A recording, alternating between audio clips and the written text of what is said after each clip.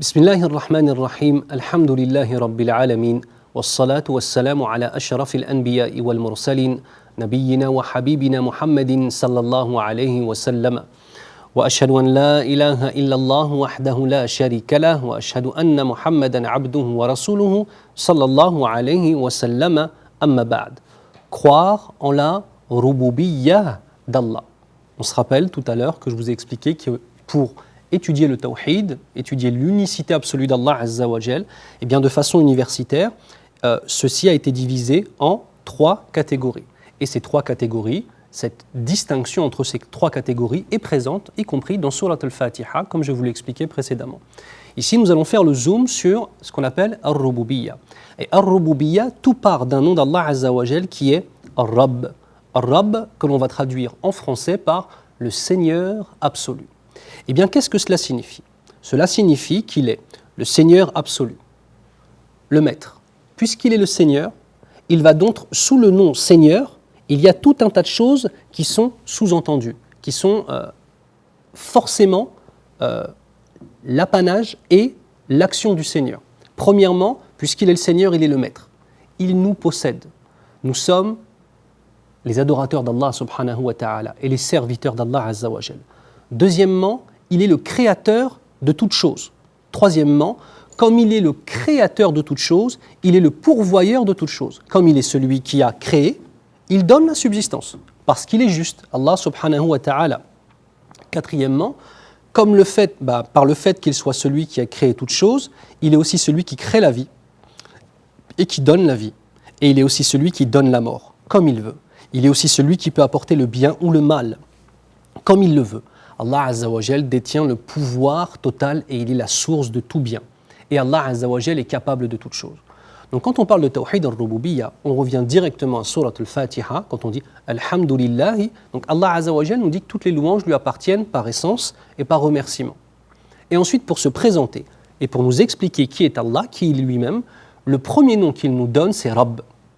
Rabb, le créateur de toutes choses, le possesseur de toutes choses, celui qui donne la subsistance à toutes choses, et celui qui fait la prédestination et qui est capable de toutes choses. Voilà les bases de ce qu'on appelle Tawhid al-Rububiyyah. Allah Azza wa Jal est le créateur de toutes choses. Il nous dit, Bismillahir Rahmanir Rahim, Allahu khaliqu kulli shay wa huwa ala kulli shay'in wakil. Ce qui signifie, Allah est le créateur de toutes choses et il est le wakil, le garant de toutes choses. Ici, c'est une preuve coranique du fait qu'Allah Azza wa Jal khaliqu kulli shay, le créateur de toutes choses. Retenez ce verset parce que nous allons le revoir dans l'iman bil qada'i wal qadar. Dans la foi, dans la prédestination, ce verset sera extrêmement important parce qu'Allah Azza wa Jal est le créateur de toutes choses, y compris de nos actions. Subhanahu wa ta'ala. Deuxièmement, il est le pourvoyeur, ce qui signifie en arabe Razzaq. Allah Azza wa Jal nous dit, Bismillah ar-Rahman ar-Rahim, وَمَا مِن دَابَّةٍ فِي الْأَرْضِ إِلَّا عَلَى اللَّهِ رِزْقُهَا. Ce qui signifie, il n'est pas une créature vivante sur terre dont la subsistance n'incombe, ne revienne à Allah. Allah nous a créés, il nous aime et il est juste, donc il nous nourrit, subhanahu wa ta'ala. Et le premier rizq, la première des subsistances, c'est la foi musulmane. C'est la foi musulmane. C'est la première des choses qu'Allah Azza wa Jal est la plus importante qu'Allah Azza wa Jal donne. De même, Allah Azza wa Jal est le maître absolu. Nous l'avons dans Surat al-Fatiha, Maliki Yawmiddin ou bien Maliki Yawmiddin, le maître absolu et le possesseur du jour du jugement. Celui qui possède la fin d'une chose sera celui qui possédait ce qu'il y avait avant. D'accord ? C'est ça que l'on doit comprendre ici. Allah Azza wa Jal nous dit Lillahi mulku samawati wal ardi wa ma fihinna wa huwa ala kulli shay'in qadir. Ce qui signifie Allah seul possède la royauté, détient l'autorité sur les cieux et la terre et tout ce qui se trouve et il est capable de tout. Autre élément qui émane de cette rububiyyah, cette notion du Seigneur, et qu'est-ce que cela implique, le fait qu'Allah Azza wa Jal soit le Seigneur, Allah ordonne tout. Allah nous dit, Bismillah ar-Rahman ar-Rahim, Yudabbiru al-amra min as-sama'i ila al-ard. Ce qui signifie, il gère les affaires de la création entière, depuis le ciel jusqu'à la terre. Allah Azza wa Jal est celui qui, à chaque seconde, enfin à chaque milliseconde, par sa toute-puissance et sa prédestination, fait que ton cœur bat, sans même que tu aies besoin d'y penser. Que tes poumons s'emplissent d'air et se vident d'air, sans même que tu aies besoin d'y penser. que tu avales ta salive sans même que tu aies besoin d'y penser, que tes yeux clignent afin que ton œil reste humide sans même que tu aies besoin d'y penser. Sache, mon frère, ma sœur, que tout ça émane d'Allah Azza wa Jal. C'est lui, par sa science, qui en a conscience et qui le fait et qui crée ses actions en nous. Alhamdulillahi Rabbil Alamin. Allah Azza wa Jal nous dit dans le Coran, Bismillah ar-Rahman ar-Rahim, Ala lahul khalqu wal amr, tabarakallahu Rabbul Alamin. Ce qui signifie, oui, la création et le pouvoir, l'autorité suprême lui appartiennent. Gloire à Allah, le Seigneur de l'univers. Ici, une question se pose. Parce que moi, je me rappelle, quand, je pense comme vous tous, on a vu le film Le Messager, à l'ancienne, film des années 80 sur la vie du prophète sallallahu alayhi wa sallam. Et il y avait une chose qui m'avait... Alors, j'espère que vous voyez de quel film je parle. C'est un ancien film qui a été fait dans le monde arabe où il y avait deux versions, une version arabe et une version européenne, entre parenthèses, sur la vie du prophète sallallahu alayhi wa sallam. C'est un vieux film qui s'appelle Le Messager. Écoutez-moi, c'est celui que j'avais vu. Je ne sais pas si les nouvelles générations le voient encore. En tout cas, khair, Inch'Allah.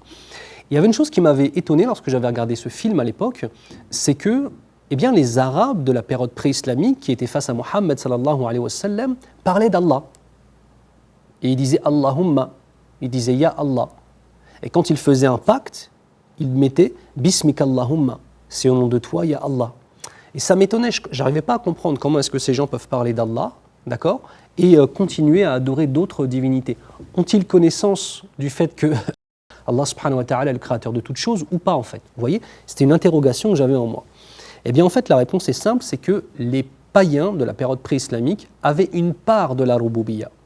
Ils avaient une part, c'est-à-dire, n'oublions pas une chose, le message du tawhid d'Allah, la ilaha illallah, a été transmis par Ibrahim alayhi salam et par Ismaïl alayhi salam, qui sont, Ismaïl qui est l'ancêtre du prophète Mohammed sallallahu alayhi wa sallam et l'ancêtre des Quraysh, de la tribu du prophète sallallahu alayhi wa sallam notamment, et d'autres tribus aussi. Eh bien en fait ces enseignements se sont amenuisés au fur et à mesure du temps. C'est comme si à l'origine j'ai un enseignement qui fait cette taille et au fur et à mesure du temps il s'amenuise, il s'amenuise, il s'amenuise, il s'amenuise. Donc on perd la sunna de Ibrahim et la sunna de Ismaïl alayhi salam. On le perd. On perd les enseignements au fur et à mesure avec le temps, avec du paganisme qui vient se mélanger, du polythéisme qui vient se mélanger. Chaque fois que le polythéisme va venir se mélanger au message qu'il y avait, il va devenir de plus en plus fin. Et la finalité, c'est qu'à l'époque du prophète Mohammed sallallahu alayhi wa sallam, les Arabes païens qu'il a en face de lui, eh bien l'héritage s'est tellement amenuisé qu'il ne reste que le fait qu'Allah est le créateur. Mais, vous voyez, les noms et attributs d'Allah et la puissance d'Allah et les caractéristiques d'Allah, de chacune de ces caractéristiques, ils avaient fait quoi? Une divinité, une idole. Vous comprenez? Et c'est la raison pour laquelle il reste cette notion où il disait qu'Allah Azza wa Jal est le Seigneur et c'est le créateur de toutes choses. Mais néanmoins, ça ne les empêchait pas de faire du polythéisme. Ils n'avaient donc pas le tawhid de la rububiyya de façon complète, le tawhid de la seigneurie de façon complète, mais néanmoins, ils avaient encore une part de cette rububiyya. Allah Azza wa Jal nous dit, Bismillah ar-Rahman ar-Rahim, وَلَا إِن سَأَلْتَهُمْ مَنْ خَلَقَ السَّمَاوَاتِ وَالْأَرْضَ وَسَخَّرَ الشَّمْسَ وَالْقَمَرَ لَيَقُولُنَّ اللَّهُ. Ce qui signifie, et si tu leur poses la question, qui a créé les cieux et la terre et a fait en sorte que le soleil et la lune aient une orbite, ils te diront avec certitude, c'est Allah. Mais le fait de reconnaître Allah comme le créateur, vu que, on a dit l'héritage c'était devenu de plus en plus fin, et disparaissait finalement et était mélangé avec des innovations et du polythéisme, eh bien le fait de reconnaître qu'Allah est le créateur, il ne lui avait pas donné toutes les caractéristiques du créateur et toutes les caractéristiques du Rabb. Ça nous enseigne quoi? Ce n'est pas parce que tu apprends ton dîn et que tu es musulman aujourd'hui que tes enfants le seront demain si tu ne leur enseignes pas comme il se doit. Tu comprends? On a une responsabilité et on se doit de garder ce dîn, d'apprendre notre dîn et de le transmettre à nos enfants, incha'Allah ta'ala. Enfin, dernier point, la croyance en la rububiyya apaise les cœurs. La croyance en la rububiyya apaise les cœurs puisque nous faisons ce pourquoi nous avons été créés. Très important aussi de garder cela. Je vous avais donné à l'époque l'image d'une Ferrari que je prendrais pour traverser une petite rivière. Et bien même si elle coûte des centaines de milliers d'euros, ça ne marche pas en fait. Alors que si je prends un petit bateau qui coûterait peut-être 1000 euros, d'accord, donc peut-être 100 fois moins quasiment que cette voiture-là, eh bien je pourrais traverser cette rivière avec. Pourquoi? Parce qu'en fait j'ai utilisé cet outil dans ce pourquoi il a été créé. Eh bien, à partir du moment où nous faisons ce pourquoi nous avons été créés, nous prosterner pour notre Seigneur, suivre la charia d'Allah, suivre la voie du prophète Mohammed sallallahu alayhi wa sallam et nous adresser directement au Seigneur des cieux et de la terre, eh bien notre âme est apaisée. Ton âme est apaisée, la mienne est apaisée, insha'Allah ta'ala. Et cet apaisement intervient par un certain nombre de choses. Premièrement, on connaît la puissance de notre Seigneur, on se sent rassuré. Deuxièmement, on sait qu'Allah Azza wa Jal nous aime et nous donne la subsistance. Donc on ne va pas aller dans le fait de faire des choses illicites pour avoir une subsistance. On sait qu'Allah Azza wa Jal est là et donne. Et troisième des choses, il y a ce qu'on appelle la prédestination. Donc la toute puissance, la subsistance et la prédestination. Nous ressemblons à des enfants qui sont pris par leur maman dans ses bras et à qui elle fait un gros câlin en fait, subhanallah. Et quand tu as cette croyance en toi, subhanallah, tu te sens apaisé et tu es prêt à affronter le monde entier. Wallahi, il n'y a aucun problème, insha'Allah ta'ala. Y compris dans les épreuves, tu auras une force qui est extraordinaire. Qu'Allah nous préserve tous, qu'Allah nous accorde le fait de pouvoir réellement croire en lui, comme le prophète sallallahu alayhi wa sallam l'a fait, que nous puissions l'adorer comme lui le veut, subhanahu wa ta'ala, et qu'Allah nous élève tous en degrés, ya Rabbal Alamin.